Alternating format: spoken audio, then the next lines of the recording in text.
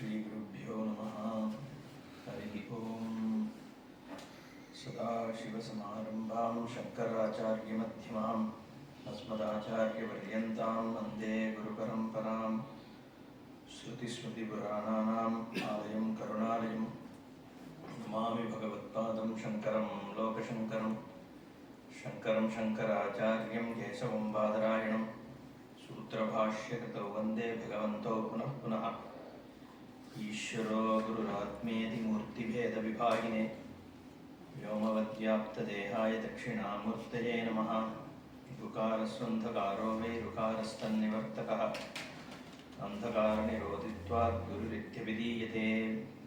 ॐ सहना भवतु सहनौ भुनक्तु सह वीर्यङ्करवावहै तेजस्विनावधीतमस्तु मा विद्विषावहैः। ओम शांति शांति शांति। ओम पूर्णमदः पूर्णमिदं पूर्णात् पूर्णमुदच्यते पूर्णस्य पूर्णमादाय पूर्णमेवावशिष्यते। ओम शांति शांति शांति।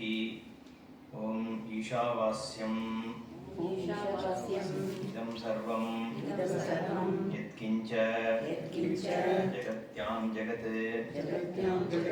तेन त्यक्तेन पुञ्जीताः मा कृतः कश्यस्विद्धनम्।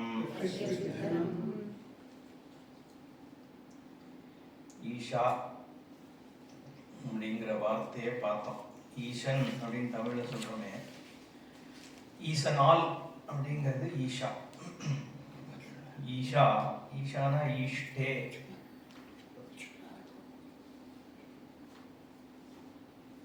யார் இந்த ஜெகத் முழுக்குக்கும் ஆளுமை தருகிறாரோ அவரை ஈசன் பேர்.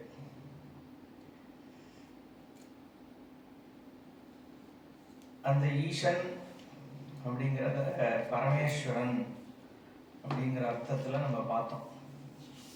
பார்க்கும் பொழுது நியதி ரூபமாக அப்படிங்கிற அர்த்தத்தில் காரிய ஜெகத் அப்படின்னு சொல்லுவோம். காரண பிரம்மம் காரணம். அந்த காரண பிரம்மத்தினால வந்திருக்கிற காரியமானது ஜெகத். அதனால அப்படி சொல்லும் பொழுது ஜெகத்காரணம் பிரம்ம அப்படின்னு சொல்றோம். அப்போ காரிய ஜெகத் இருக்கு அப்படிங்கிற ஒரு அசம்ஷனை வச்சுட்டு அந்த காரிய ஜெகத்தை இப்போ நான் பார்த்து கொண்டிருக்கிற இந்த ஜெகத்திற்கே இதுக்கு காரணமாக ஒரு வஸ்து இருக்கு. அப்படி ஒரு வஸ்து இருந்தால் அந்த ஈஸ்வரன் எப்படிப்பட்ட ஈஸ்வரனாக இருக்கணும் அப்படிங்கிற ஒரு கண்ணோட்டத்தில் நம்ம காத்தால பார்த்தோம். ஈஸ்வரன் நியதி ரூபமாக தான் இருக்கணும். ஒரே கலெக்டிவ் இன்டெலிஜென்ஸ்ன்னு சொல்கிறோம் இல்லையா, சமஷ்டி சமஷ்டி ஞானத்தை தான் ஈஸ்வரன் அப்படின்னு எடுத்துக்கிறோம். கலெக்டிவ் ஒரு व्यक्ति समष्टि अंडम पिंडம்னு தமிழில் சொல்லுவோம். தமிழில் அண்டம் பிண்டம் சம்ஸ்கிருதம் தான். தமிழில் சொல்லும் பொழுதும் அது அண்டம் பிண்டம்னு தான் நம்ம சொல்லுவோம். வெஷ்டி சமஷ்டி அப்படின்னு சொல்கிறது. அப்போது அந்த சமஷ்டியாக இருக்கிறத ஈஸ்வரன். व्यक्ति எப்படி நான் இந்த தேகத்தோட இதோட இருக்கணும், உபாதியோட இருக்கணும், அந்த மாதிரி யுகபத் சர்வஜத்துவ உபாதியோட இருக்கிறவன் ஈஸ்வரன். அதாவது ஒரே டயத்தில் ஜெகத்தில் என்ன நடக்கிறதுங்கிறது பகவானுடைய உபாதியாகவே இருக்கு. ஞானமயமான உபாதி பகவானோட. நம்மளோட உபாதி அவித்யை. அவித்யினால நான் ஜீவத்துவத்தை அடைஞ்சிருக்கேன். ஈஸ்வரன் மாயையினால. மாயைன்றது ஒரு சக்தி. அவித்யா மாதிரி மாயையானது ஈஸ்வரனோட கண்ணை மறைக்கிற சக்தி கிடையாது.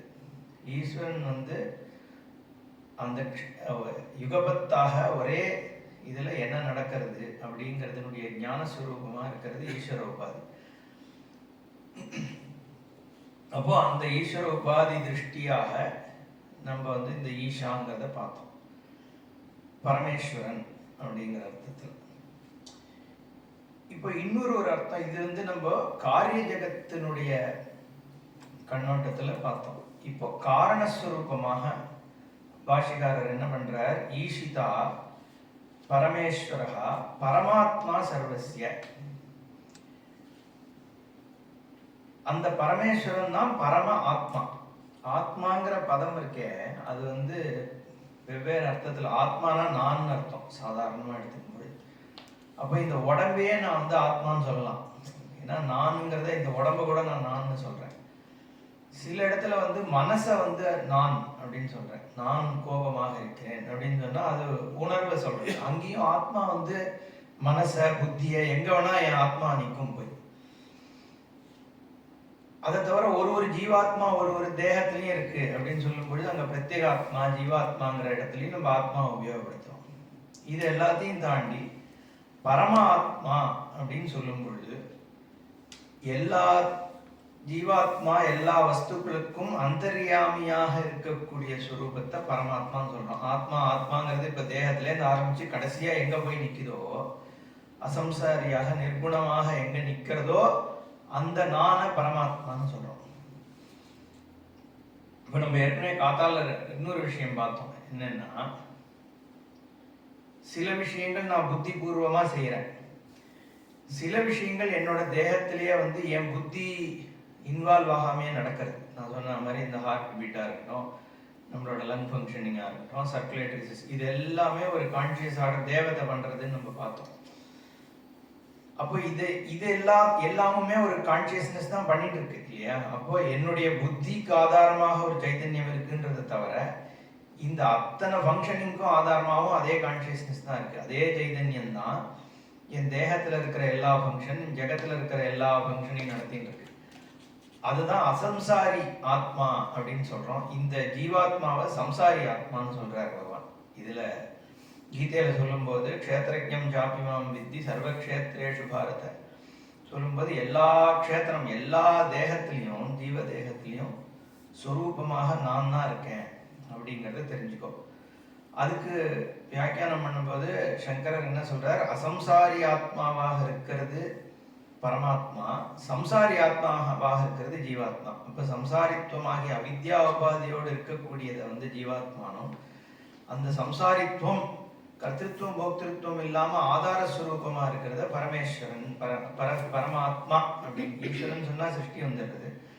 அதனாலதான் இங்க சங்கரர் என்ன சொல்றார், சஹாஹி சர்வம் ஈஷ்டே சர்வ ஜந்தூனாம் ஆத்மா சன்னு அப்படின்னு சொல்றாரு. ஏன் பரமாத்மாவை பரமேஸ்வரகான்னு சொல்ல ஈஷகான்ற இடத்துல பரமாத்மான்னு ஏன் எடுத்துக்க வேண்டியிருக்குன்னா, ஈஷிதா அந்த ஆளுமைன்னு சொல்றோம் இல்லையா, யாருனால் இயங்குகிறதோ அப்படின்னு சொல்லும் பொழுது இயக்கத்தை நம்ம ஒரு குணமாக பார்க்கணும். அப்போ சகுணமான இயக்கம்னு பார்க்கும்போது நம்ம ஈஸ்வரன் சொன்னோம். எந்த ஸ்வரூபம் இந்த இத்தனை குணங்களுக்கு ஆதாரமாக இருக்கிறதோ அது அந்தர்யாமியாக தானே இருக்கு. இப்போ வாஸ்யம் ஈஷா வாஸ்யம் இதம் சர்வம். ஓகே, வாஸ்யம்னா ஈஸ்வரனால் கவர் பண்ணப்பட வேண்டியது அப்படின்னு அர்த்தம். இதம் சர்வம், இதம் சர்வம் நம்ம இதம்னு பூர்ணமதா பூர்ணம் இதம்ல பார்த்தோம். நம்ம இதம்னு சொல்லும் பொழுது எதெல்லாம் என் அறிவுக்கு புலப்படுகின்றதோ அதெல்லாம் இதத்துல சேர்க்கணும்னு சொன்னோம். அதாவது அருகில் இருந்தாலும் சரி, தள்ளி இருந்தாலும் சரி, இப்ப எனக்கு தெரிஞ்சாலும் சரி, பின்னாடி தெரிய போறதா இருந்தாலும் சரி, எந்தெந்த வஸ்துவெல்லாம் என்னுடைய அறிவுக்கு புலப்படுமோ அது அத்தனை இதத்துல சேர்ந்துருது. அப்ப அந்த இதம் அப்படின்ற போது ஜெகத்து முழுக்க இதம், தெரிந்தும் தெரியாமலும் காலத்தினாலும் தேசத்தினாலும் அப்பாற்பட்டு இருக்கக்கூடிய விஷயங்கள் அத்தனை இதத்துல வந்துடுறது. அந்த இதம் ஈஷா ஆச்சாதனியம்னு இப்ப நம்ம சொல்றது சாஸ்திரம். இந்த ஈஸ்வர ஸ்வரூபத்தினால எதெல்லாம் உனக்கு தெரியுமோ, தெரிஞ்சிருக்கோ, தெரியப்பட போகிறதோ, ஏற்கனவே தெரிஞ்சிருந்தோ, அது உன் உடம்பு உன்னுடைய புத்தி அத்தனையும் சேர்த்து ஈஸ்வரனால வியாபிக்கப்பட்டிருக்கு அப்படின்னு பார். இதுதான் கடைசி ஞானம். இந்த ஞானம், ஏன்னா இந்த ஈஷா நம்ம ஏற்கனவே சொல்லும் போது சகுனம்னு சொல்றோம். சகுனமா நம்ம காத்தால பார்த்தபடி பார்த்தோம்னா குணம் யாருக்கு பிரகாசிக்கிறது? குணம் என் புத்திக்கு தானே பிரகாசிச்சாகணும். நிர்குணமான வஸ்துக்கு தான் குணம் பிரகாசிக்கிறது. அப்ப ஈஸ்வரனே குணத்தோடு கூடியவனாக தான் இருக்கான்னா அதே நிர்குண வஸ்துக்கு தான் அந்த ஈஸ்வரன் பிரகாசிச்சாகணும். அதில் தான் நம்ம முடிச்சோம் காத்தால. அப்போ எனக்கு பிரகாசம் ஆகிற ஈஸ்வரன் அப்படின்னு இருக்க முடியாதுன்னு நம்ம முடிச்சோம். ஞாபகம் இருக்கான்னு தெரியல. இப்போ ஈஸ்வரன்றவன் சகுணத்தோட தான் இருக்கான்னா குணம்ன்றது யாருக்கு தெரியறது? நிர்குணமான வஸ்துக்கு தான் குணம் பிரகாசிக்கிறது இல்லையா? அதை நம்ம ஏன்னா ஒரு குணம் தெரியணும். இப்போ சகுணமான வஸ்துவா இருந்ததுன்னா அந்த குணம் யாருக்கு தெரியணுங்கிற கேள்வி வரும்னு நம்ம பார்த்தோம். அதனால சுரூபம் நிர்குணமா தான் இருக்கு. நிர்குணமான வஸ்துக்கு ஈஸ்வரன் குணவத்தா பிரகாசிக்கிறான்னா அப்ப அந்த ஈஸ்வரன் இந்த என்னோட சுரூபாசிரயமா தான் இருக்கான் அப்படின்னு ஆயிடுது. அப்போ அந்த ஈஸ்வரன் என்னையும் சேர்த்துதான் இருக்கு. பூர்ணம் அப்படிங்கிற வார்த்தைனாலையும் நம்ம அதை பார்த்தோம். பூர்ணமதா பூர்ணமிதம்ல பூர்ணம்னு சொன்னாலே நிர்குணமாக தான் இருந்தாகணும். ஏன்னா சகுணமாக இருந்தா அது பூர்ணமாவே இருக்க முடியாது. ஏன்னா குணத்தை சொல்லணும்னா அந்த குணத்திற்கு வேறான ஒன்றும் இருந்தாதான் இந்த குணத்தை நான் ஐடென்டிஃபை பண்ண முடியும். அது ஏற்கனவே இப்போ ஒரு தடவை சொன்னோம், திருப்பியும் சொல்றாங்க. ஏன்னா நான் இப்போ என்ன எக்ஸாம்பிள் கொடுத்தேன், இப்போ பகவான் கருப்பா இருக்கார் அப்படின்னு நான் சொல்றேன். இது வேற எந்த குணமும் விட்டுருவோம். கருப்பா ஒரு பால் இருக்கு அதுதான் பகவான் நம்ம எடுத்துக்கிறோம்னா கூட கருப்பை தவிர வேற ஒரு விஷயத்த நான் அந்த ஞானம் இருக்கக்கூடியவனா நான் இருந்தாதான் கருப்புன்னு ஒண்ணு டிஸ்டிங்விஷ் பண்ண முடியும். அப்போ இல்ல பகவான் இவ்வளோ பெருசா இருக்கார் அப்படின்னா அதுக்கு வெளியில ஏதோ ஒண்ணு இருக்குன்னு ஆயிடுது. அப்போ ஒரு குணத்தை சொன்னாலே அங்க துவைத்தம் சித்திச்சிடும். ஓகே, பூர்ணத்துவம் வராது. அதை தவிர இன்னொன்னு ஆயிடும். அப்போ பூர்ணம்னு சொன்னாலே அது நிர்குணமாக தான் இருந்தாகணும்னு நம்ம பார்த்தோம். அப்ப ஈஷா ஆச்சாதனியம் இருக்கிறதெல்லாம் ஈஸ்வரனால வியாபிக்கப்பட்டதாக நீ புரிந்து கொள்ள வேண்டும். நம்ம யார் ஆச்சாதனம் பண்றதுக்கு? துணியை ஈஸ்வரனால எல்லாத்தையும் மூடுன்னு சாஸ்திரம் சொல்லுது. என்ன நம்மளை மூடுறதுக்கு துணி தேடவே கஷ்டப்பட்டு இருக்கோம். இவ்வளோ பெரிய ஜெகத்தை நான் ஈஸ்வரனால. அப்போ என்ன அர்த்தம்னா ஈஸ்வரனால் எல்லாம் வியாபிக்கப்பட்டிருக்கிறதுங்கிற ஞானத்தோடு பாருன்னு அர்த்தம். அந்த திருஷ்டியை ஏற்படுத்திக்கோ அப்படிங்கிற ஞானத்தை சொல்லக்கூடிய வாக்கியமாக தான் இந்த வாக்கியம் எடுத்துக்கப்படுது. அதனாலதான் ஈஷாவாஸ். அப்போ அந்த ஈஷா ஏற்கனவே நான் சொன்னது சகுணமாக பார்த்தோம். இப்போ பரமாத்மான்னு சொல்லும் பொழுது நிர்குண வஸ்து தான் இந்த அத்தனை ஞானத்திற்கும் ஆதாரமா இருக்கிறதுன்னு நம்ம பார்க்கறோம். எப்படி அது ஆதாரமா இருக்கு? நம்ம இந்த துவைத்த பிரபஞ்சம் பத்தி அன்னைக்கு பேசிட்டு இருந்தோம் இல்லையா? அதேதான். இப்போ ஒரு பொருள் நான் பார்க்கறேன். இப்போ நான் இங்கே உட்காந்துருக்கேன் அப்படிங்கிறது உங்க எல்லாருக்கும் தெரியாது. அப்போ நான் உங்களுக்கு ஒரு ஆப்ஜெக்ட் ஆகிறேன். I am an object. இப்போ நீங்கள்லாம் அதோட சப்ஜெக்ட். நான் ஒரு ஞேய பதார்த்தம். சமஸ்கிருதத்தில் சொல்லும்போது நான் ஞேயம், உங்களுக்கு நான் ஞேயம். நீங்கள்லாம் ஞாதா. ஞாதானா தெரிந்து கொள்கின்றவர், நான் தெரிந்து கொள்ளப்படுகின்ற பொருள். இதுக்கு நடுவில் ஞானம்னு ஒன்று நடக்கிறது, ஒரு விற்பி நடக்கிறது. அந்த விற்பி வழியாக நான் தெரியறேன். ஏதோ ஒரு விற்பி. நான் மட்டும் தெரியல, நான் தெரியறேன்னு சொல்லும் பொழுது என்னெல்லாம் தெரியுது? என்னுடைய குணங்கள் எல்லாம் தெரியுது. வெள்ளை சட்டை துணி போட்டுன்னு இருக்கார், இந்த மாதிரி இருக்கார், எனக்கும் அவருக்கும் நடுவில் எவ்வளோ ஸ்பேஸ் இருக்கு, அவர் இப்படி பேசுறார். இது அத்தனையும் சேர்ந்து தான் அந்த அனுபவம் எனக்கு ஏற்படுது. அப்போ இது எல்லாமே ஞேயம். அந்த கலர் ஞேயம், அந்த ரூபம் ஞேயம், அந்த வாய்ஸ் கேட்கறது ஞேயம். இதெல்லாம் ஞேய பதார்த்தமா இருக்கு. இது அத்தனையோட ஞாதாவா நான் இருக்கேன். யாருக்கு? நீங்க இருக்க. அதுக்கு இந்த அத்தனையும் வித்தியாக ஒரு ஞானம் ஏற்படுது. துணி இருக்கு அப்படிங்கிற ஒரு ஞானம். இப்ப இந்த மூணுமே எதனால் ஆனது அப்படிங்கிறத நம்ம பார்க்கிறோம். இப்போ ஞாதா பார்க்கிறவர் அப்படிங்கிறது எதனால் ஆனது? பார்க்கிறவர்ன்றது ஒரு குணம் கிடையாதுன்னு நம்ம ஏற்கனவே பார்த்தோம். ஏன்னா குணங்கள்லாம் ஞேயத்துல சேர்ந்துடும். அப்போ சொப்பிரகாசமாக எது இருக்கோ, ஏன்னா குணம் எனக்கு பிரகாசிக்கிறது. எல்லா குணமும் எனக்கு பிரகாசிக்கின்றன. உண்மையா? புரியல?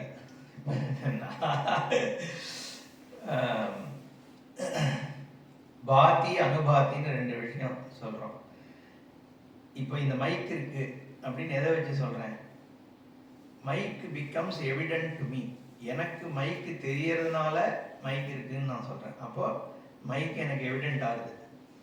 லேப்டாப் இருக்குன்னு நான் சொல்றேன். ஏன் சொல்ல முடியாது? லேப்டாப் எனக்கு பிரகாசிக்கிறது, எவிடென்ட் ஆகுது. சப்தம் கேட்கறேன்னு சொல்றேன். சப்தம் ஏன் கேட்க முடியாதுன்னா சப்தம் பிகம்ஸ் எவிடென்ட் டு மீ. சூரியன் இருக்குன்றது சொல்றேன். ஏன் எப்படி சொல்ல முடியாது? சூரியன் ஹஸ் பிகம் எவிடென்ட். எனக்கு சூரியன் புலப்படுகிறது, சந்திரன் புலப்படுகிறது, எனக்கு உனக்கும் நடுவில் இருக்கிற இடைவெளி எனக்கு புலப்படுகிறது. அப்போ இந்த சுவை எனக்கு புலப்படுகிறது, நான் கோபமாக இருக்கிறேன்றது எனக்கு புலப்படுகிறது. இப்படி ஒரு வஸ்துவுமே எனக்கு புலப்படுகிறது, என்னுடைய புத்தியும் எனக்கு புலப்படுகிறது. எல்லாமே பிகம்ஸ் எவிடென்ட் டு மீ. ஆனா எது செல்ஃப் எவிடென்ட்டா இருக்கு? நான் எனக்கு புலப்படுகிறேன்னு நான் சொல்ல முடியாது. நான் ஒன்று ஸ்வரூபம் இருக்கிறதுனால தான் இதெல்லாம் ஒன்று புலப்படுகிறது. அதனால்தான் நதத்திர சூரியோ பாதி ந சந்திர தாரகம் ந இமா வித்யுதா பாந்தி குதோயம் அக்னிஹி தமேவ பாந்தம் அனுவாசி சர்வம் தஸ்ய பாசா சர்வமிதம் விபாதின்னு ஒரு வேத மந்திரம் இருக்கு. அதுதான் தீபாராதனும் போது நம்ம காண்பிக்கிறோம். அதுல என்ன சொல்றதுன்னா, இப்போ இந்த லைட்டு வந்து ஒரு சாதாரண லைட்டு. இந்த லைட்டு வந்து இது எல்லாத்தையும் எனக்கு காமிக்கிறது. இதை விட இன்னொரு பிரகாசமான ஒரு லைட்டுன்னு போனா சந்திரன் இருக்கு. சந்திரன் வந்து இந்த லைட்டோடையும் ஒரு பிரகாசமான ஒரு ஜோதி. சந்திரனுக்கு எது லைட்டு கொடுக்கறதுன்னு கேட்டா சூரியன் கொடுக்கறது. அப்ப சந்திரனோட சூரியன் ஒரு பிரகாசமான ஜோதி. அது மாதிரி பல சூரியன் இருக்கு, எல்லாத்தையும் நம்ம அதுல எடுத்துக்கிறோம். சூரியனை எது பிரகாசிக்க பண்றது? உன்னுடைய சொரூபம் தான் சூரியனை பிரகாசிக்க பண்றது. ஏன்னா அந்த சொரூபத்தினாலதான் சூரிய பிரகாசமே பிரகாசமாகிறது. அதனால வேதம் என்ன சொல்றதுன்னா, நதத்திர சூரியா பாதி ந சந்திர தாரகம் பாதி. இது எதுவுமே வந்து சொரூபம் இல்லாம பிரகாசிக்க முடியாதுங்கிற பொழுது இந்த அக்னி என்ன உன் சொரூபத்துக்கு நேரம் நிக்க போறது? தமேவ பாந்தம் அனுபாதி சொல்லும். இந்த ஆத்ம பிரகாசத்தினுடைய பிரகாசத்தினாலதான் உலகமே பிரகாசிக்கிறது. ஏன்னா எல்லாமே உன் சொரூபம் இருக்கிறதுனாலதான் பிரகாசிக்கிறதே ஒழிய இந்த சொரூபமே இல்லை, ஞப்திங்கிறது இல்லைன்னா உலகத்துல எதுவுமே பிரகாசிக்க முடியாது. அப்போ மற்றதெல்லாம் வந்து எனக்கு பிரகாசிக்கிறது. என் சொரூபம் ஸ்வயம் பிரகாசத்தே. அதனால ஆத்மாவுக்கு ஸ்வயம் பிரகாசம்னு பேரு. ஆத்ம பிரகாசமானது வேற எதுக்கும் பிரகாசிக்க வேண்டியதே இல்லை. இது பிரகாசிக்கிறதுனாலதான் உலகம் பிரகாசிக்கிறதே ஒழிய ஆத்ம பிரகாசத்தை பிரகாசம் பண்றதுக்கு இன்னொரு பிரகாசம் தேவையில்லை. அதனால இத பரமாத்மான்னு நம்ம சொல்றோம். இந்த பிரகாசம் தான் எல்லாத்தையும் பிரகாசிக்க பண்றது.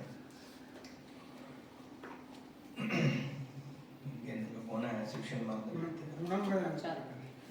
குணங்கள் எனக்கு பிரகாசிக்கிறது. ஆமா, சகுணம்னு சொல்லும் பொழுது குணத்தினுடைய பிரகாசம் எனக்கு ஏற்படுறது. நான் நிர்குண வஸ்துவாக இருக்கேன். அதனால அது அசம்சாரி ஆத்மாதான் ஈஷிதா.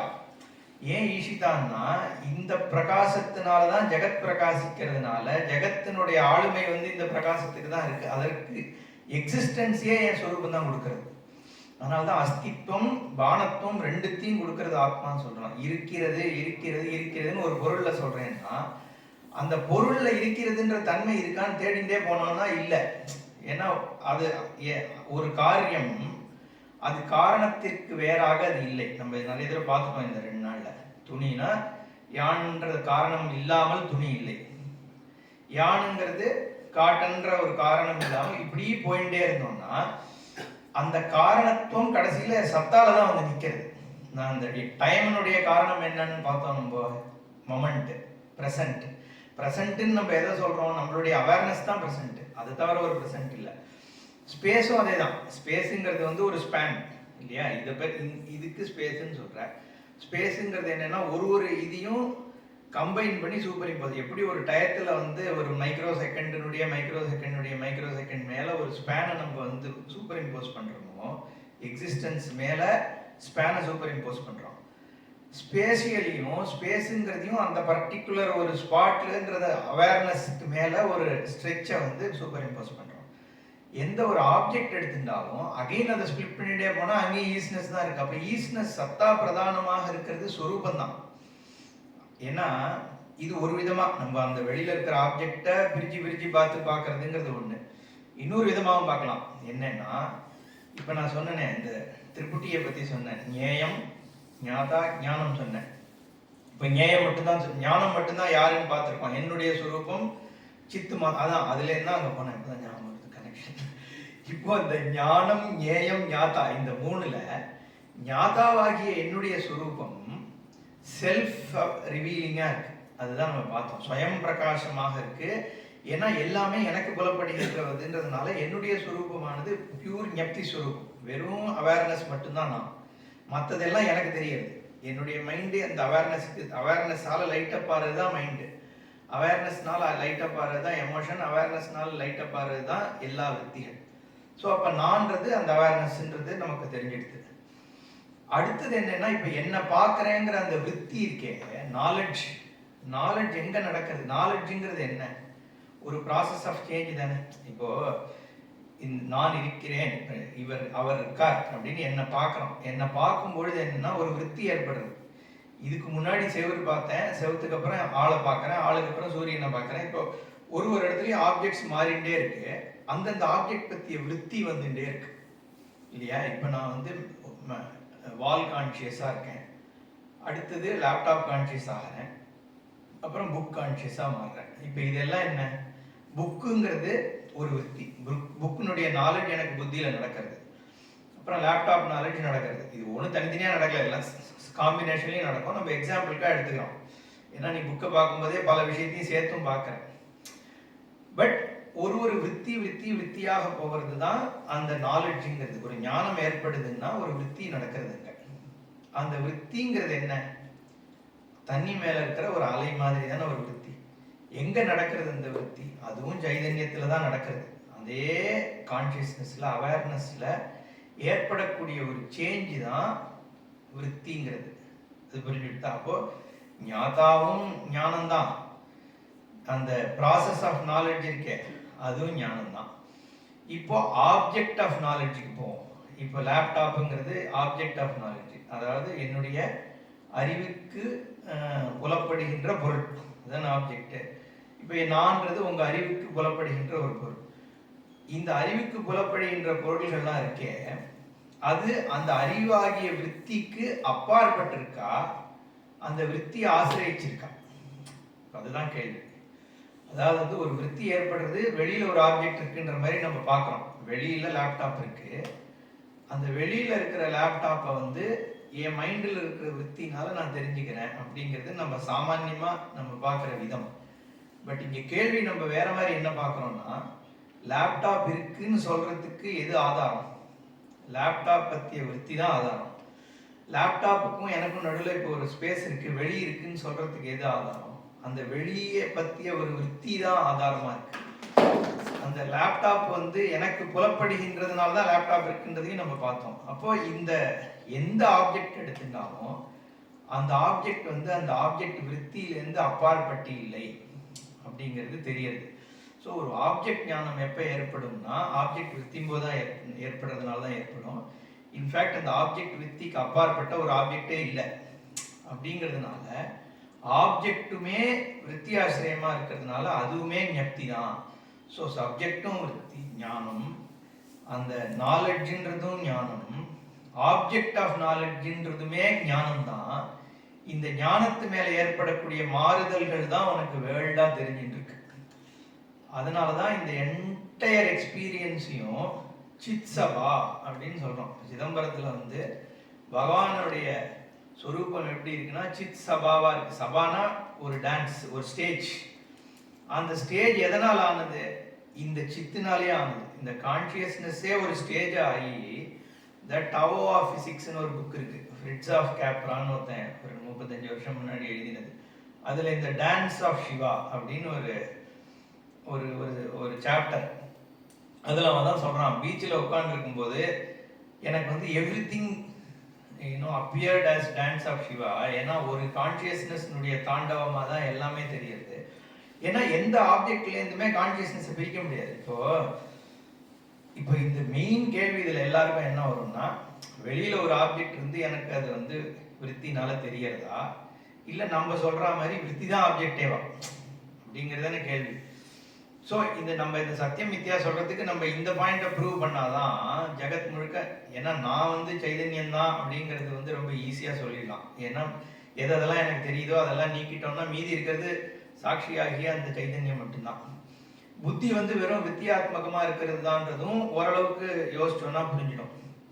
பிரச்சனை வந்து வெளியில இருக்கிற ஆப்ஜெக்ட்டுக்கு தானே. இப்போ அந்த ஆப்ஜெக்ட் வந்து வித்தி ஆத்மகமாக தான் இருக்கா இல்லை தனியாக ஆப்ஜெக்ட் இருக்கா, அந்த கேள்வி நம்ம எப்படி எப்படி புரிஞ்சுக்கிறோம்னா, இதுக்கு இது ரெண்டுத்தையும் தனித்தனியா பிரிச்சு பார்க்க முடிந்தால் இது வேற அது வேறன்னு இருக்கும். களிமண்ணை தனியா பானையை தனியா பிரிச்சு பார்க்க முடிஞ்சாதான் பானைன்னு ஒண்ணு இருக்கு, களிமண்ணுன்னு ஒண்ணு இருக்குன்னு சொல்ல முடியும். எப்பெல்லாம் பானையை பார்க்கறனோ அப்ப அங்க களிமண் தான் இருக்கு. ஆனா களிமண்ணை பார்க்கும்போது நான் பானையை பார்க்க வேண்டியது இல்லைன்ற நிலைமை இருந்ததுன்னா நம்ம என்ன சொல்றோம், பானைங்கிறது வந்து களிமண் ஆசிரித்தமா தான் இருக்கு. இன்ஃபேக்ட் பானைனே ஒண்ணு இல்லை, களிமண்ணினுடைய நாமரூபம் தான் பானைன்னு சொல்றோம். அப்போ இது எதை நம்ம ஆதாரமா வச்சு சொல்றோம், களிமண்ணையும் பானையும் எந்த சமயத்திலையும் என்னால பிரிக்க முடியறது இல்லை. அதே மாதிரி பானை இருக்கும்போதெல்லாம் களிமண் இருக்குது, ஞாபகம் வச்சுக்கணும். இப்போ அதையே உலகத்துக்கு கொண்டு வந்து பார்க்கும் பொழுது எந்த வஸ்து ஞானம் விருத்தி ஏற்பட்டாலும், ஒரு புஸ்தகத்தை பார்த்தாலும் சரி, லேப்டாப் பார்த்தாலும் சரி, ஒரு கோபம் வந்தாலும் சரி, அதை வந்து கான்சியஸ்னஸ்லேருந்து பிரித்து பார்க்க முடியுமா? இது இல்லாம அது இருக்குன்னு சொல்லிட முடியுமா? ஏதாவது ஒரு க்ஷணத்திலேயாவது நம்ம சொல்ல முடியுமா? முடியாது. அதே சமயத்துல என்னுடைய ஞப்தியை பற்றிய அவேர்னஸ் எனக்கு வரும் பொழுது அங்க வந்து உலகம் வந்தாகணுமா? எனக்கு இல்லையே. டீப் ஸ்லீப்பா இருக்கட்டும், நான் நிர்விகல்ப சமாதியில் இருக்கும்போதா இருக்கட்டும், இல்லை நான் முழிச்சுட்டு இருக்கும்போதே வெறும் பிரஜப்தியை பற்றி மட்டும் நான் வந்து அவேர்னஸா பண்ணும் பொழுது ஜெகத் அனுபவம் அங்கே எனக்கு தேவையில்லை. அப்போ ஜெகத் அனுபவம் இல்லாமல் ஞப்தி இருக்கு.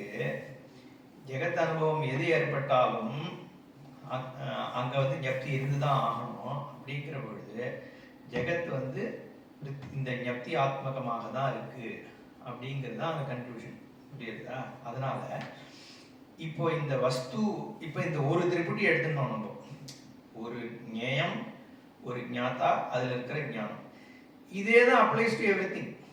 இப்போ நான் இந்த ஒரு புக்குக்கு நான் என்ன லாஜிக் சொன்னோம், அது சூரிய சந்திரனுக்கு, சொர்க்கத்துக்கு, ஈவன் ஈஸ்வரனே எதிர்க்க வந்து நின்னாலும் இதே தானே லாஜிக். ஈஸ்வரன் வந்து அங்கே ஞேயமாகறான், நான் ஞாதாவா இருக்கேன், எனக்கும் ஈஸ்வரனுக்கு நடுவில் ஞானம் நடக்கிறது. அப்போ வெளியில தான் ஈஸ்வரன் இருக்கான்னா அங்கேயும் இந்த திரிபுட்டி தான் வந்தாகும். சரி, இந்த திரிபுட்டி மூணும் ஒண்ணுத்துல ஆசிரியிச்சிருக்கு அப்படிங்கறதா இந்த ஞானமே.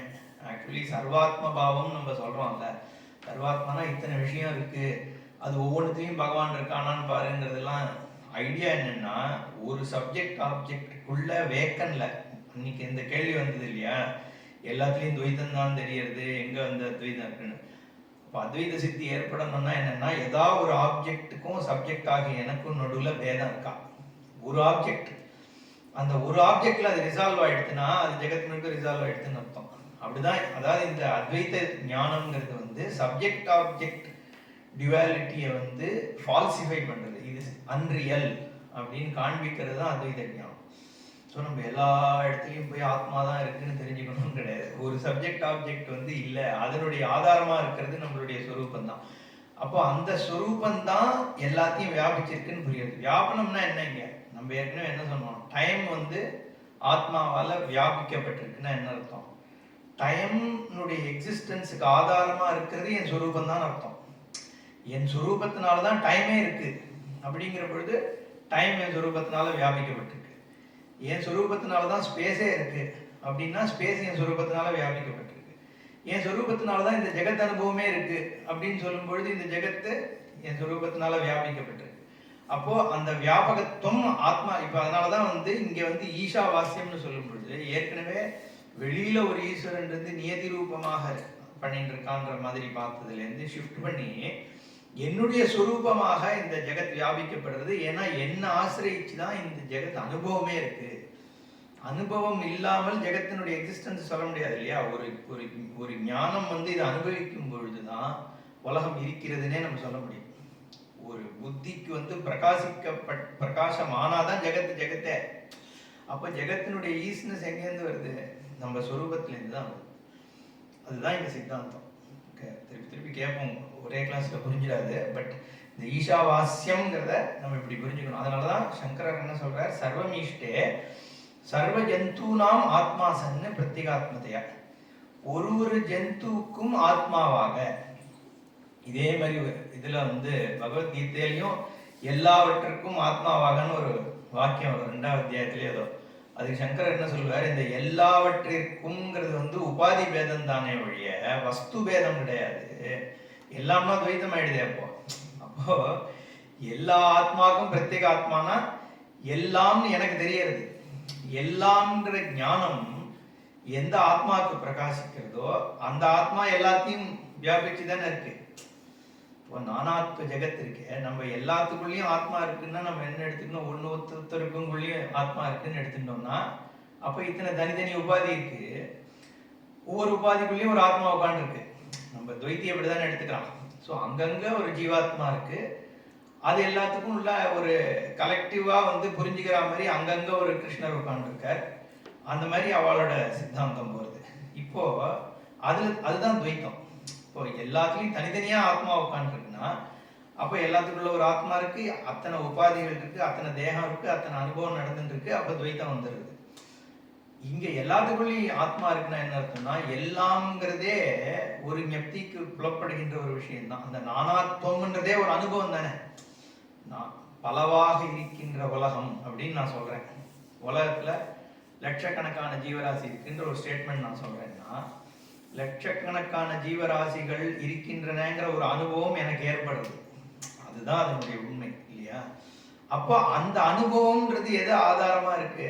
ஆத்மா சித்தமா தான் இருக்கு. அப்போ அந்த அத்தனையும் நானா விஷயங்களுக்கும் ஆத்மாவாக என்னுடைய சொரூபம் தான் இருக்கு.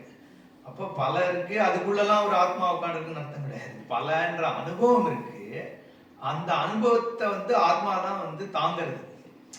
அப்படிங்கிறதுனாலதான் அந்த சர்வஸ்ய ஆத்மா, எல்லாவற்றிற்கும் ஆத்மாவாக இந்த வஸ்து இருக்கு. அப்படிங்கிறதுனால ஈஷாவாஸ்யம் இதம் சர்வம் எத்கிஞ்ச ஜெகத்யாம் ஜெகத், அதான் எத்கிஞ்சனா என்னென்னலாம் ஒரு சின்ன சின்ன விஷயங்கள் எதெல்லாம் சேர்ந்து ஜெகத்தாக தெரியறதோ, எது இருக்குன்னு சொன்னாலும் அது ஆத்மாவுக்கு பிரகாசமாறதுனால தான் இருக்கு. இதுதான் சிம்பிள் கன்க்ளூஷன். அது பெருசா இருக்கலாம், சின்னதா இருக்கலாம், சூரியனா இருக்கலாம், சின்ன எறும்பா இருக்கலாம், இது எல்லாமே அனுபவத்தினாலதான் இருக்கின்றதுன்னே சொல்ல முடியும். அப்போ அதனாலதான் எல்லாத்தையும் ஒன்னா பாரு அப்படின்னு சொன்னா பெருசும் சின்னதும் ஒண்ணுன்னு அர்த்தம் கிடையாது. பெருசும் ஆத்மாவுக்கு தான் பிரகாசம் மாறுது, சின்னதும் ஆத்மாவுக்கு தான் பிரகாசம் மாறுது, எல்லாமே ஆத்மாவால தான் இருக்கு. அப்படிங்கிறதுனாலதான் அங்க எத்கிஞ்ச ஜெகத்யாம் ஜெகத்து, இந்த மாறுதல் ஜாயத்தே கச்சதி இத்தி ஜெகத், வந்து போயின்னு இருக்கிற விஷயங்களுக்கு ஜெகத்துன்னு பேரு. அப்ப எதெல்லாம் இருக்கோ அந்த சராச்சரமாக இருக்கக்கூடிய இந்த ஜெகத்துக்கு ஆதாரமாக இந்த ஈஸ்வர ஸ்வரூபம் தான் இருக்கு. அகமேவ இதம் சர்வமிதி அப்படின்னு சொல்றார். என்னுடைய சுரூபம் தான் இதமாக தெரியுது. பூர்ணமதா பூர்ணமிதம்.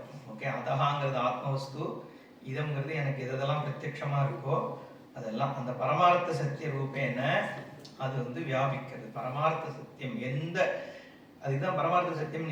ஏன் பேருன்னா பரமாத்மா பரமார்த்த சத்தியம் அப்படின்லாம் ஏன் சொல்றோம்னா, இதெல்லாம் அனலைஸ் பண்ணி போனேன்னா கடைசியா மீதி நிக்கிறது அது ஒண்ணுதான்.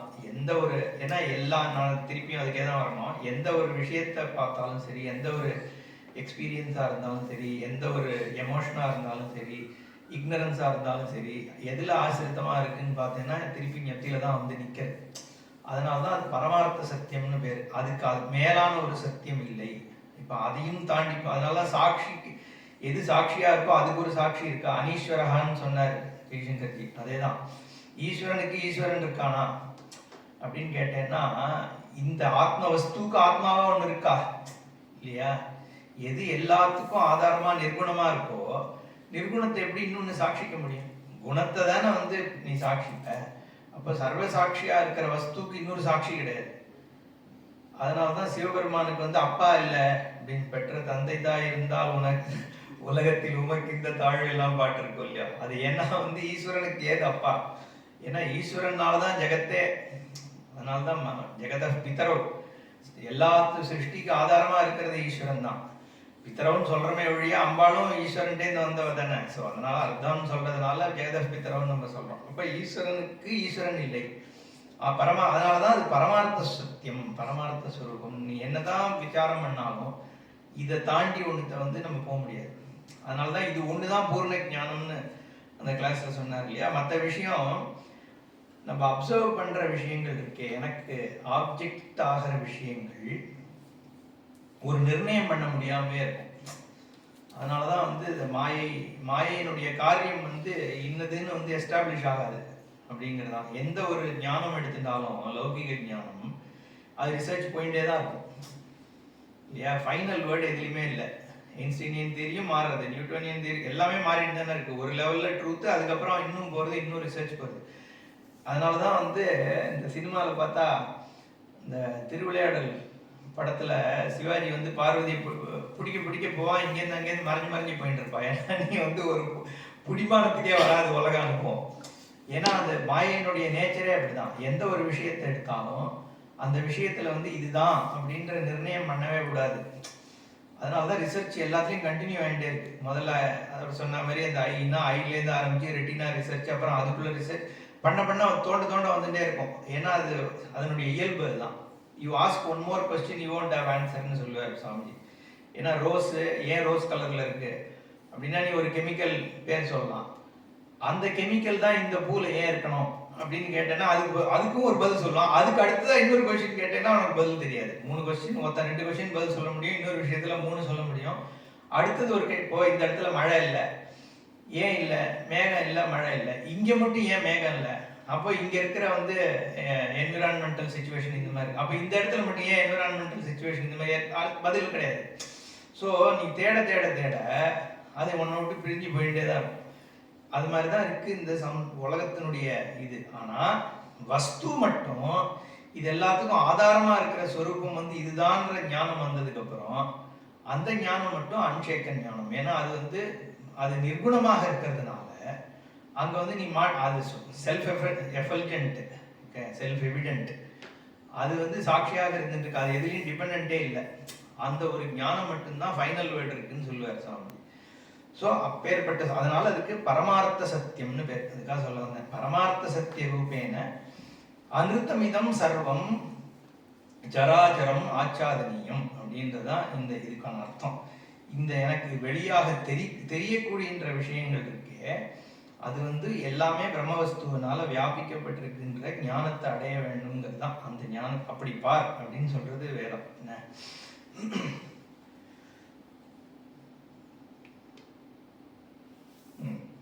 இன்னொரு வார்த்தை என்ன அவர் போடுறாருன்னா, இந்த ஜெகத்யாம்னு சொல்றதுனால நாம ரூபமாக இருக்கக்கூடிய விஷயங்கள் எல்லாமே அப்படின்னு எடுத்துக்கணுங்கிற. ஜெகத்துன்னு சொல்லும் பொழுது வெறும்ன பூமி அப்படின்னு எடுத்துக்காம எதெல்லாம் நாம ரூபமாக இருக்கோ, இந்த பூமி மட்டும் கிடையாது, எதெல்லாம் இருக்கோ எமோஷன்ஸ்லேருந்து வெளியில இருக்கிற பிளானட்ஸ் கினட்ஸ், இந்த இதம் அப்படிங்கிற வார்த்தையினால என்னெல்லாம் தெரியப்படுறதோ அது எல்லாமே என்னுடைய சுரூபத்தினால வியாபிச்சிருக்கின்ற ஞானத்தை அடை அப்படிங்கிறது தான் முக்கியமான வார்த்தை. ஓகே, இது ஃபர்ஸ்ட் லைன். இதுக்கப்புறம் அடுத்த இந்த செகண்ட் லைனும் அடுத்த ஸ்லோகமும் என்ன சொல்ல போறதுன்னா, பிரவருத்தி மார்க்கத்தையும் நிவர்த்தி மார்க்கத்தையும் சொல்றது. எப்படி இதை அடையணும் அப்படிங்கிறதுக்கான 2 மார்க்கத்தை சொல்றது. வேதம் வந்து 2 விதமான மார்க்கத்தை கொடுக்கறது. அதை தான் வந்து பகவத்கீதை முழுக்க சொல்லின்னு வர்றார் பகவான். இப்போ இதை சொல்லும் பொழுது நம்ம சரி முதல்ல அந்த லைனை பார்த்துருவோம், அதுக்கப்புறம் விஷயத்துக்கு வரலாம். தேன தெக்தேன புஞ்சீதாக மாகிருதா கஷ்யஸ்வித்தனம்.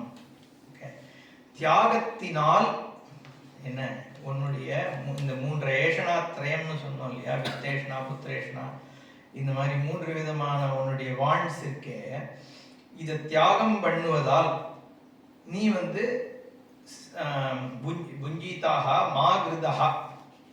மாகிருதஹானா may you be protected. Basically என்ன சொல்றதுன்னா உன்னை நீ காப்பாற்றிக்கணும்னு அர்த்தம். ஆக்சுவலி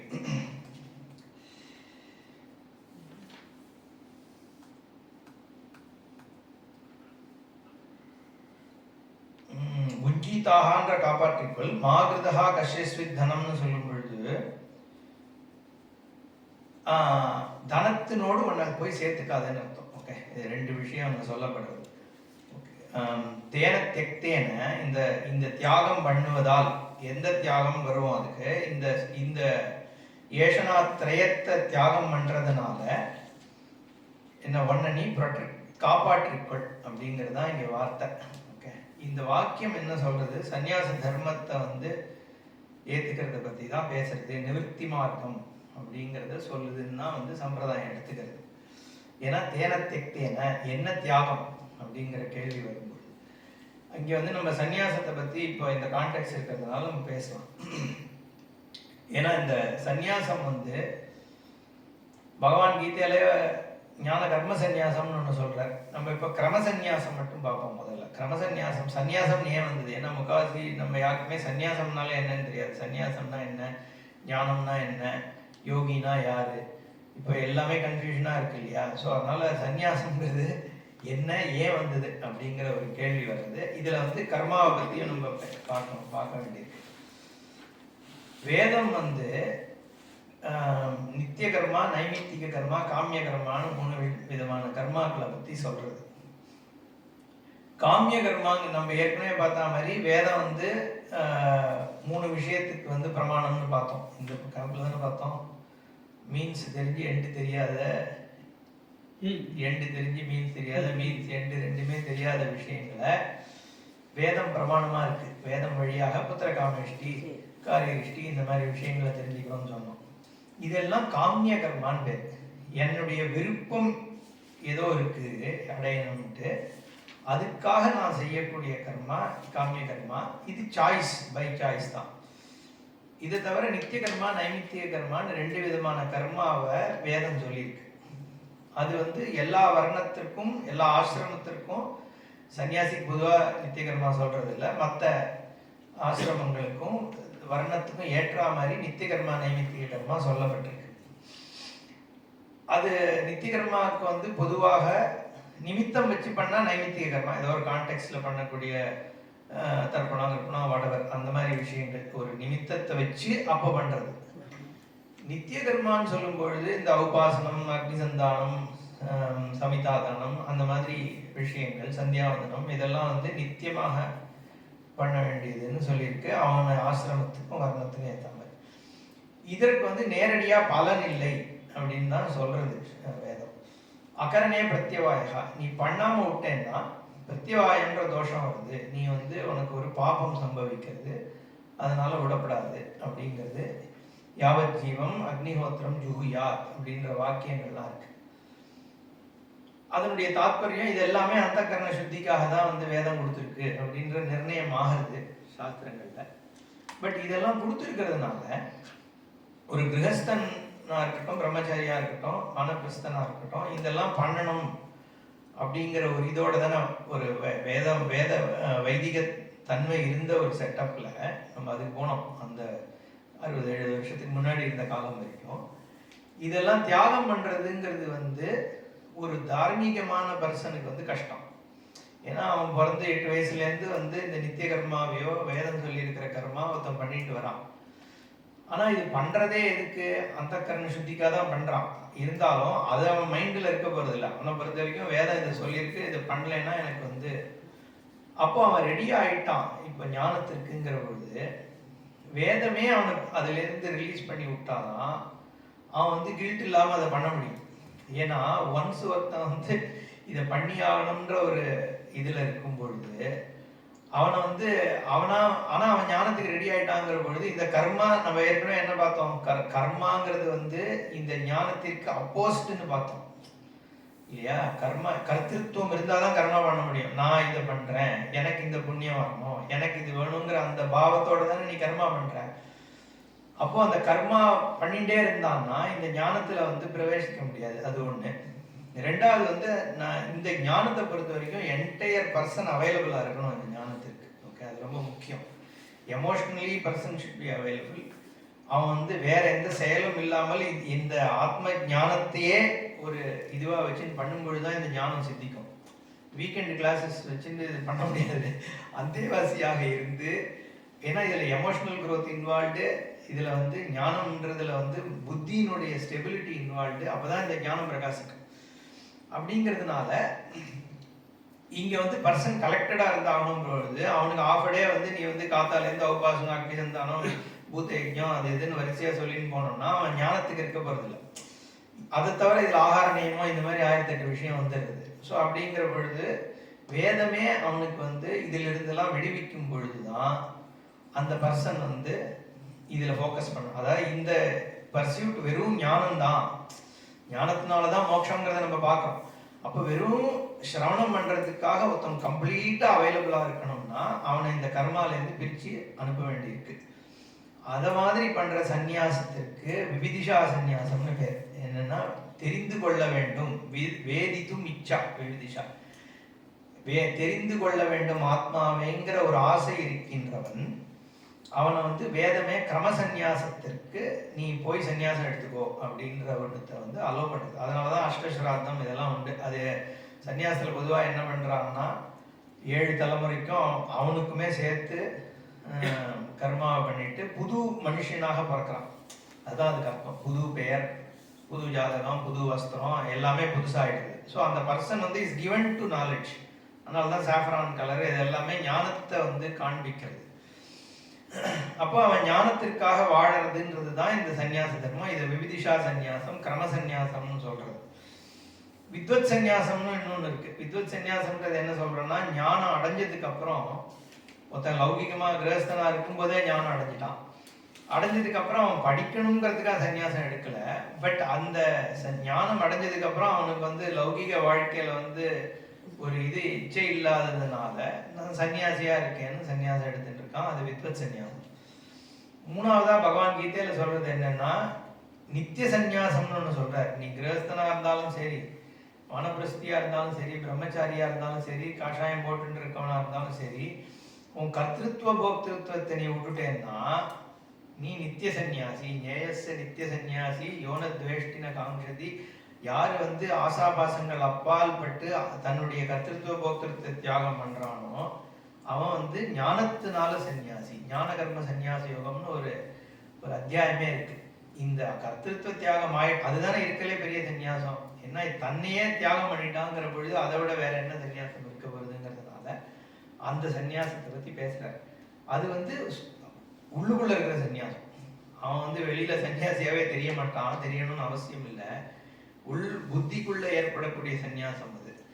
இப்போ இந்த தேன தெக்தேன புஞ்சீதா மாகிருதா கஷ்யஸ்வித் தனம் அப்படின்னு சொல்லும் பொழுது இங்க கிரமசந்நியாசம் இம்ப்ளை ஆகுதுன்னு தான் சம்பிரதாயம் எடுத்துக்கிறது. அதாவது இந்த மாதிரி இந்த நிவர்த்தி மார்க்கம்னு நம்ம சொல்றோமே, நிவர்த்தி மார்க்கம்ன்றது இதுதான். கிரமசந்நியாசம் எடுத்துட்டு இந்த ஞானத்தை நோக்கி போறத வந்து நிவர்த்தி மார்க்கம். இந்த நிவர்த்தி மார்க்கத்தை வந்து வேதம் கொடுத்துருக்கு. அது இந்த வாக்கியமானது நிவர்த்தி மார்க்கத்தை சொல்றதாக தான் சம்பிரதாயத்தில் ஆச்சாரியாலும் அப்படிதான் அதை எழுதுறாரு. ஓகே, கஷ்யஸ்வித் தனம். இதுல வந்து வீடியோ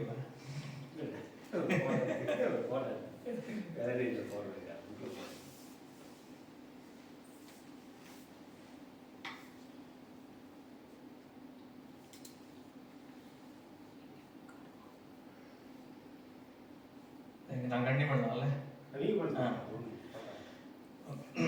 அதனால ஆத்மஸ்வரூபமாக ஈஸ்வர பாவ ஈஷாவாஸ்யம் பரமாத்மாவாக இருக்கக்கூடிய இந்த ஈஸ்வர ஸ்வரூபம் தான் வந்து சர்வவியாபியாக இருக்கு அப்படின்ற ஞானத்தினாலேயே நீ தியாகம் பண்ணு அப்படிங்கிற ஒரு அர்த்தமும் இருக்கு.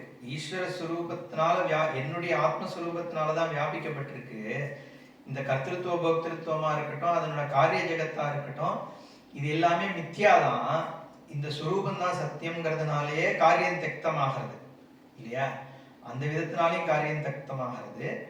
இல்லை, இதை நிவர்த்தி மார்க்கம்னு எடுத்துக்கும் பொழுதும் ஆத்மவஸ்துல நிஷ்டை வச்சுட்டு நீ உன்னுடைய காரியத்தை கிரமசந்நியாசம் எடுத்துட்டு தியாகம் பண்ணி. ஏன்னா தேன தெக்தேன புஞ்சிதாகாங்கிற வார்த்தை இருக்கு. தேன தெக்தேனா இந்த 3 ஏஷனா திரயத்தை வந்து தியாகம் பண்றான். புத்திரேஷனா, வித்தேஷனா முதலான இந்த வாண்ட்ஸை வந்து தியாகம் பண்ணிட்டு அவன் கிரமமாக சன்னியாசம் எடுத்துக்கிறான்ன்றது தான் சம்பிரதாயமா எடுத்துக்கிற அர்த்தம். பிரவருத்தி, ஏன்னா நிவர்த்தி மார்க்கம்னு சொல்லப்படுறதுனால. அதை தவிர பாஷ்யக்காரர் என்ன சொல்றாருன்னா, ஈஸ்வர ஸ்வரூபமாக ஜெகத்திற்கு ஆத்மேவ இதம் சர்வம் இது ஈஸ்வர பாவனையா சர்வம் திக்தம். எல்லாம் ஈஸ்வரன் தாங்கிற பாவத்தினால ஈஸ்வரனை தவிர அந்நியமான வஸ்து எதுவுமே இல்லை அப்படிங்கிற பாவனையினால் தானாகவே தியாகம் ஆயிடுறது. அதனாலதான் அந்த ஏன தேஜசி தத்யஜ இன்னைக்கும் சொன்னார் இல்லையா? ஏன தேஜசி தத்யஜன்னு சொல்லும் பொழுது எதனால நீ எல்லாத்தையும் தியாகம் பண்றியோ அதை தியாகம் பண்ணுன்னா அதை தியாகம் பண்றது திருப்பி இன்னொருத்த வரணும். அதுக்கு அப்படிதான் ஆகும். இப்ப நான் இதை தியாகம் பண்றேன், இதை தியாகம் பண்றத திருப்பி தியாகம் பண்ணுனா அதை யார் தியாகம் பண்றா? திருப்பி ஒரு தியாகி இருப்பான். அப்புறம் அந்த தியாகியை தியாகம் பண்ணா இன்னொரு தியாகிக்கு போனோம்.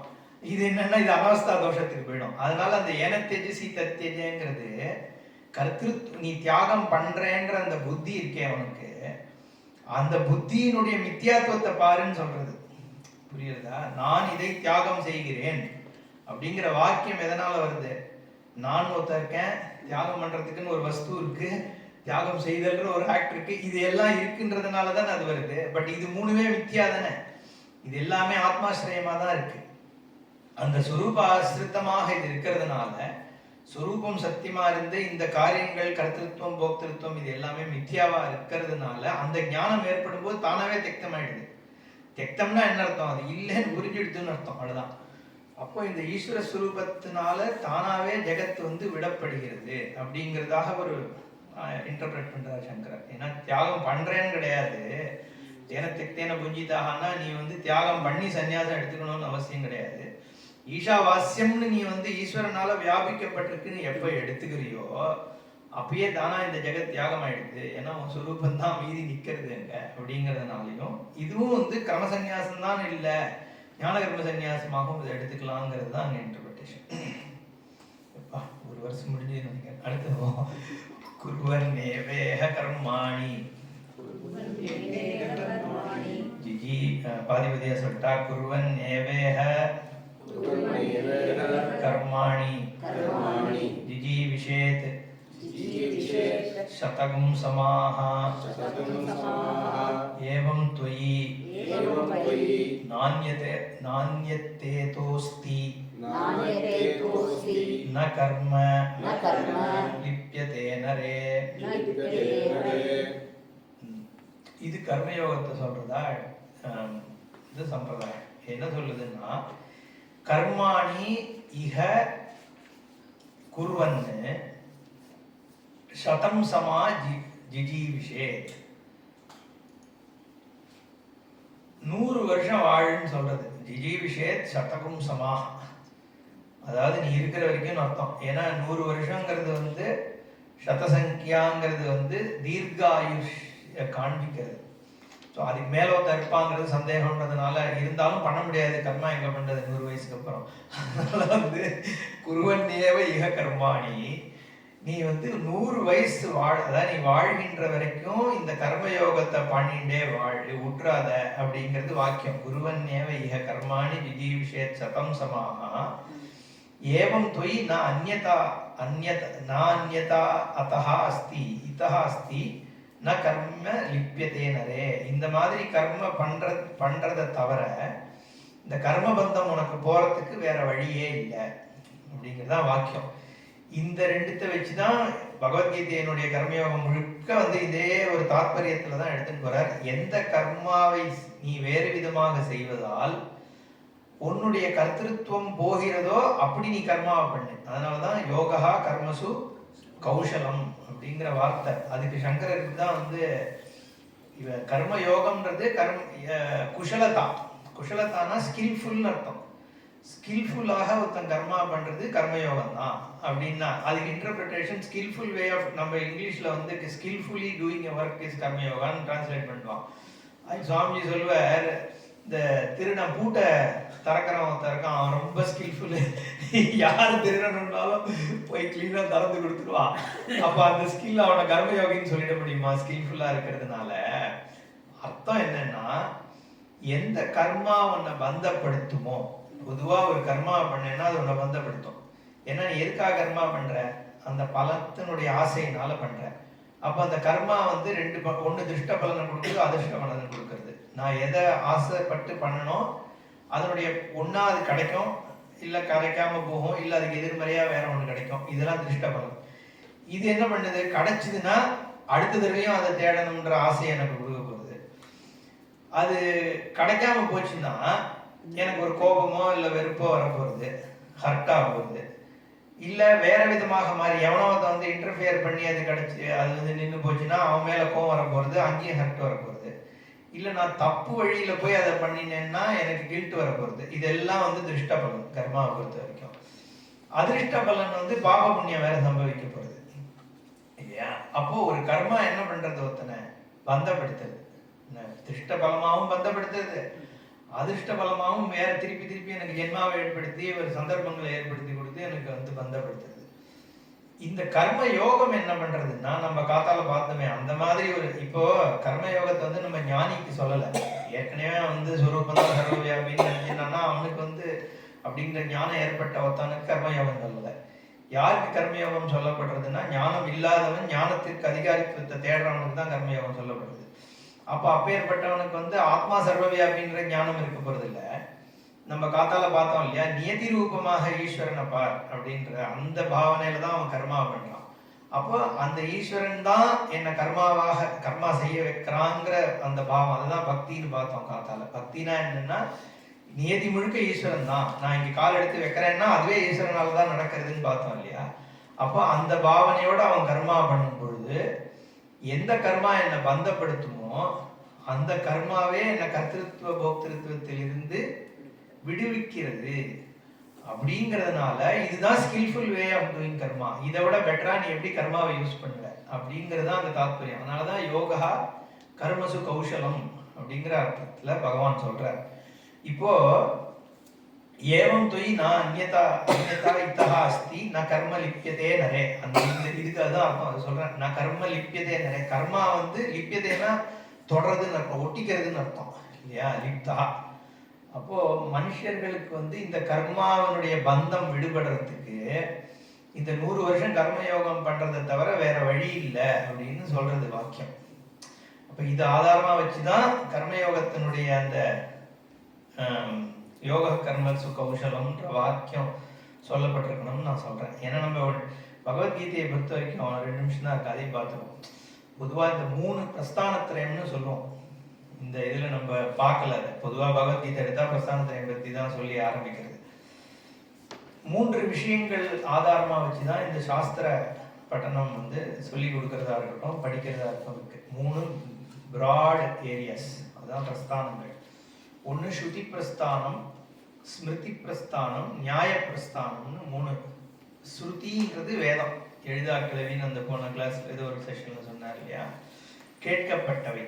ரிக்குகள்லாம் ரிஷிகளால கேட்கப்பட்டதுனால ஸ்ருதின்னு பேரு. இந்த 10 உபனிஷத் அதுக்கு ஆச்சாரியால் பாஷ்யம் எழுதியிருக்கிறத வந்து ஸ்ருதி பிரஸ்தானம்னு சொல்றோம். அடுத்ததாக நம்ம வந்து பிரமாணமா எடுத்துக்கிறது ஸ்மிருதி பிரஸ்தானம். ஸ்மிருதிங்கிறது வந்து இந்த இடத்துல பகவத்கீதையை தான் சொல்றது.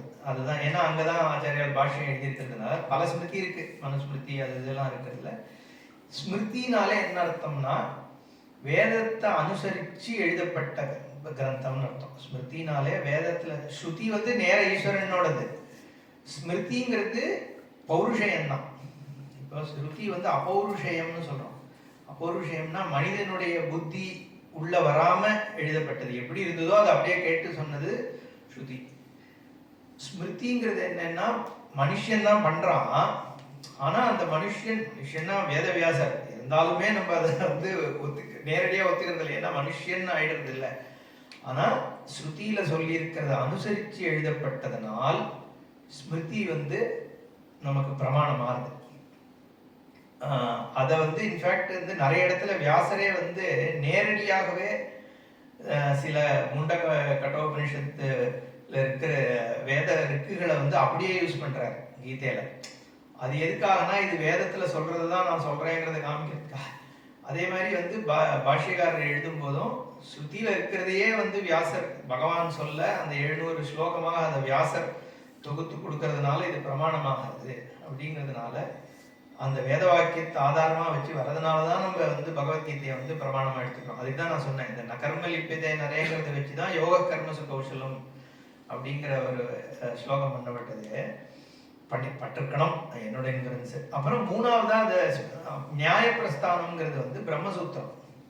பிரம்மசூத்திரம்ங்கிறது என்னன்னா வந்து உபனிஷத்துல இருக்கிற வாக்கியங்களை எடுத்து சூத்திரமா கிரிப்டிக், நம்ம திருக்குறள் மாதிரி ஒரு கிரிப்டிக் வடிவில் கொடுக்கப்பட்டது தான் வந்து பிரம்மசூத்திரங்கள். அது வந்து அனாலிசிஸ் டெக்ஸ்ட். எதோவா இமானி பூதானி ஜாயந்தேன்னு ஒரு வாக்கியம் இருக்கு, அதை எடுத்து ஜென்மாத்தியஸ்ய யதஹா அப்படின்னு ஒரு சூத்திரம் வந்து பிரம்மசூத்திரம் கொடுக்கறது. அப்போ பிரம்மசூத்திரம் வந்து எதுக்காக யூஸ் பண்றதுன்னா அனாலிசிஸ், இந்த வாக்கியம் எந்த அர்த்தத்துல சொல்லப்படுறது, இதனுடைய தாற்பயம் என்னங்கிற ஒரு டிஸ்கஷன். ஏன்னா அங்க வேதாந்தியும் அந்த வாக்கியத்தை எடுத்துக்கிறான், சாங்கியனும் அந்த வாக்கியத்தை எடுத்து அவன் ஒரு அர்த்தம் சொல்றான், மீமாம்சகனும் அவன் ஒன்று சொல்றான். அப்படிங்கிற பொழுது இதுக்கு அர்த்த நிர்ணயம் பண்றதுக்காக எழுதப்பட்ட கிரந்தம் தான் பிரம்மசூத்திரம். அதனால அதுக்கு நியாயம்னு ஒரு பேர், ரீசனிங் இருக்கிறதுனால. அதனால அதுக்கு நியாய பிரஸ்தானம்னு பேர். ஸ்ருதி பிரஸ்தானம், ஸ்மிருதி பிரஸ்தானம், நியாய பிரஸ்தானம். இது மூணுத்துக்கும் சங்கரர் பாஷ்யம் எழுதியிருக்கார். பிரம்மசூத்திரம் பாஷ்யம் எழுதியிருக்கார், 10 உபநிஷத்துக்கு எழுதியிருக்கார், பகவத்கீதைக்கு எழுதியிருக்கிறதுனால இது ஆதாரமா வச்சுதான் நம்ம சாஸ்திரம் படிக்கிறோம். அப்போ இந்த 2 ஸ்லோகத்துக்குள்ள பிரம்ம ஞானமும் சொல்லப்பட்டுடுது, கர்மயோகமும் சொல்லப்படுறது. இப்ப நம்ம இந்த ஸ்லோகத்தை அடுத்த கிளாஸ்ல பகவத்கீதையை ஆதாரமா வச்சு நம்ம பார்க்கலாம். ஏன்னா இதுல டீடைல்ஸ் ஸ்மிருதி டைம் எடுத்து ஸ்மிருதி ஏன் தேவைப்பட்டதுங்கிற ஒரு கேள்வி வருது இல்லையா. ஏற்கனவே ஸ்ருதியில இருக்கு, அதை ஆதாரமா வச்சுதான் நீ இதை எழுதுறேன்னா இது எதுக்கு எழுதணும், ஸ்ருதியே படிச்சுட்டு போயிடலாமே அப்படிங்கிற கேள்வி வருது. அது ஏன் ஸ்ருதியை படிக்கிறோம்னா, ஸ்ருதி எல்லாத்தையும் கிரிப்டிக்கா சொல்லும். ஏன்னா அது எக்ஸ்பிளைன் பண்ண வேண்டிய அவசியம் ஸ்ருதிக்கு கிடையாது. என்ன இருக்கோ அதை சொல்லிட்டு போயிட்டு இருக்கோம். அதை எடுத்து கீதையில பகவான் என்ன பண்றாருன்னா, அதுக்கு பல விதமா, இப்ப இந்த நான் இந்த ஒரு லைன் இருக்கு, குருவநேக கர்மாணி ஜிஜி விஷயத்து நீ ஏவம் தொய் நான் அந்நியதா அஸ்தி நலிப்பிதேனரேன்றதான் வாக்கியம். நீ இந்த கர்மாவை பண்ணிட்டே இரு, அப்படி பண்றதுனால உனக்கு கர்மா மேல ஒட்டாதுன்னு சொல்ற. அவர் அதுக்கு 6 அத்தியாயம் எழுதியிருக்காரு பகவத்கீதையில. எடுத்து கர்மயோகம், ஞான கர்மயோகம், சமுச்சயம், அதுக்கப்புறம் சங்கரர் எடுத்து ஆர்கியூ பண்ணி ஞானத்தையும் கர்மாவும் சேர்த்து பண்ணலாமா, தனித்தனியா தான் பண்ணணுமா, சன்னியாசி கர்மாவை பண்ணலாமா பண்ணக்கூடாது, 1008 டிஸ்கஷன் வரும் அதுல. அந்த அளவுக்கு டீட்டெயில் ஸ்மிருதி என்ன பண்றதுன்னா எக்ஸ்பேண்ட் பண்ணி கொடுக்குற. இந்த 3 குணம் என்ன மாதிரி சாப்பாடு சாப்பிடணும், அதுல எது சாத்விக சாப்பாடு, எது சாத்விக கர்மா, எது சாத்விக தானம், எது ராஜச தானம் எல்லாம் சொல்ற. அதே மாதிரி ஈஸ்வர ஸ்வரூபம்னா இங்க ஒரு லைன்ல சொல்லிடுது, ஈஷா வாஸ்யம் இதம் சர்வம், எல்லாம் ஈஸ்வரன் வியாபிக்கிறதுனா அங்க விஸ்வரூபம்னு ஒரு அத்தியாயமே எழுதுறாரு அங்க வியாசர் இதை பத்தி. அதனால இதுல சொல்லாமல் விடப்பட்ட விஷயங்களை ஸ்மிருதி ஃபில் பண்றது, ஸோ தட் நமக்கு அது தெளிவாகணுன்றதுக்காக. அதனால நம்ம இந்த மந்திரத்துக்கு பகவத்கீதையிலேருந்து இந்த கான்டெக்ட் இருக்கிறதுனால நம்ம அந்த கான்டெக்ட்ல இதை பார்க்கலாம் அடுத்த கிளாஸ். ஓம் பூர்ணமத பூர்ணமிதம் பூர்ணாத் பூர்ணமுதச்யதே பூர்ணஸ்ய பூர்ணமாதாய பூர்ணமேவாவசிஷ்யதே. ஓம் சாந்தி சாந்தி சாந்தி.